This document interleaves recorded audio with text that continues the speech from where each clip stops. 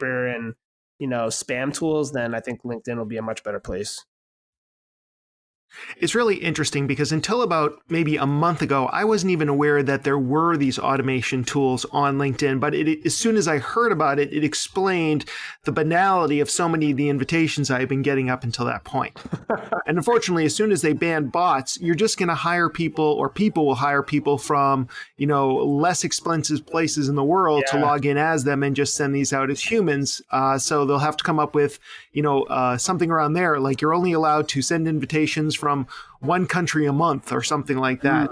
I'm not sure how that might work, but they'll have to come up with something. Well, one thing I do to kind of protect myself from these bots is this is a really like cool little trick. I put my middle name in my first name. So so it's Gaetano Nino. And then when I see hi Gaetano Nino, I know for sure it's an automated tool because it grabs up what the first name field is.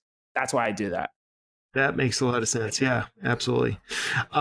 What are some other tactics that aren't spammy when it comes to these posts? And I phrase it comes to getting engaging posts. And I phrase it this way because the other day I saw a post and I don't remember who posted it. It wasn't somebody in my direct network on LinkedIn, but it was something like, hey, if you want to network with people and really make amazing connections, first step is you like this post. The second step is you comment on this post. And the first few hundred people who comment will probably get the most invitations and make the most valuable connections.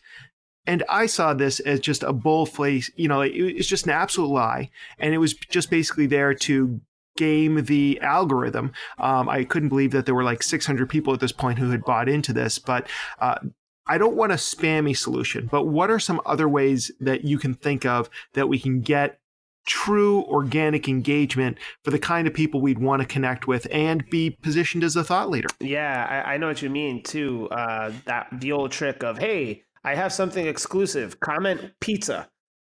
There's like 700 people commenting. If you want the free thing, right? Yeah, if you want the free thing. I think that's totally cheesy. And I wouldn't recommend doing that.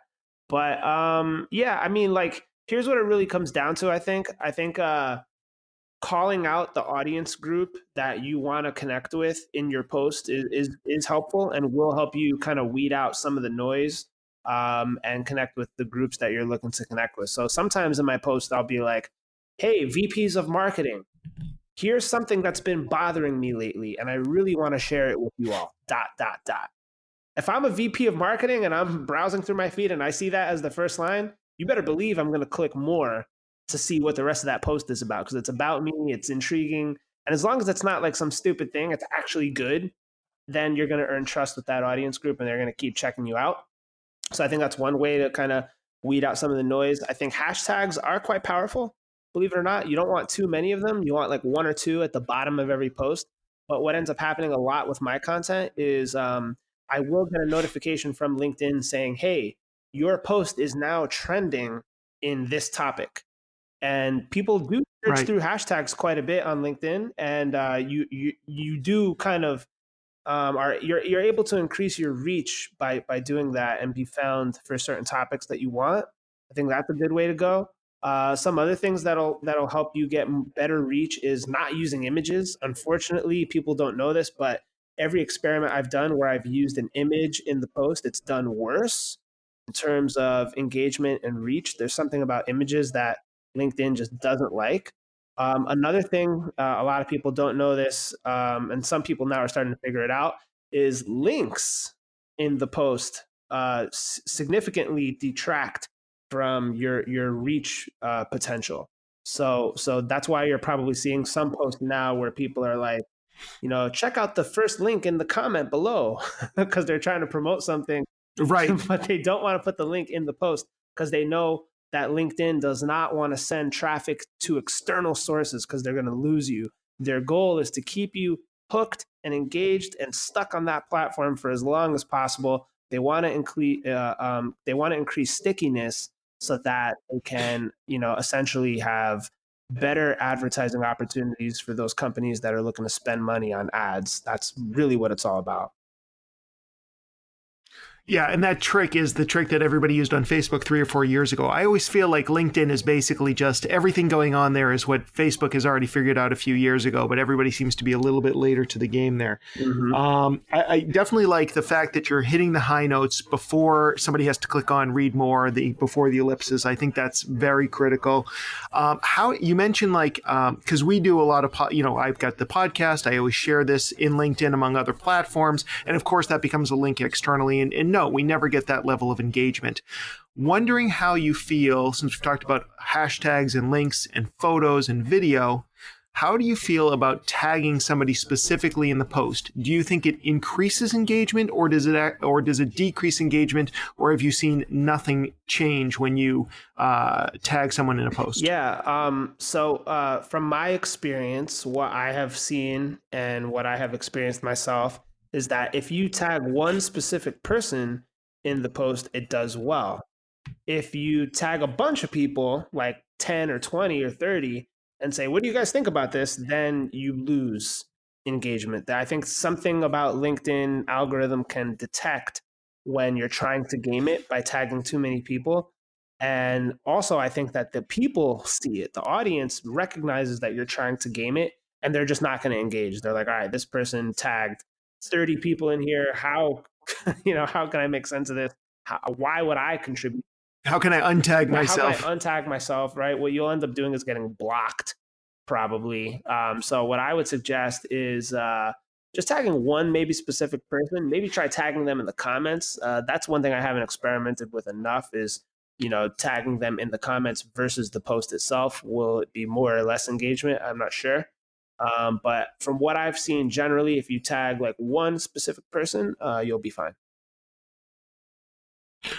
I think maybe also it might come down to the type of post. So Agora Pulse, I was part of the Agora Pulse Success Summit recently, and when they post something, they tag like all their speakers. It does get a certain amount of engagement because there's a lot of speakers who like, comment, and share on that. So then it's like this, because these people are all well connected on LinkedIn, it's got some sort of momentum behind it.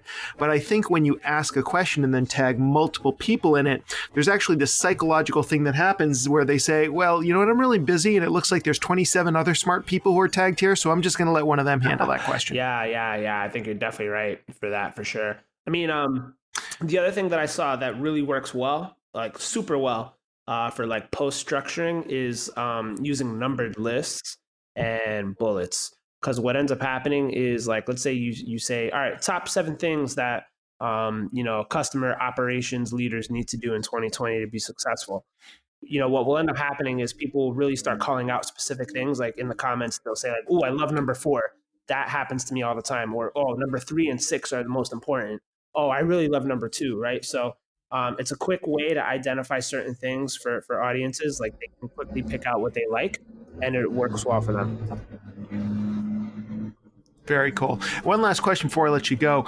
So, have you played around with articles at all? Like we talked about not linking off-site, but if we were to take, say, this podcast and the transcription and the audio and created a LinkedIn article out of it and linked to that, have you any idea on whether or not those might do better than linking off-site to LinkedIn? Yeah. So from my experience, articles do not do well.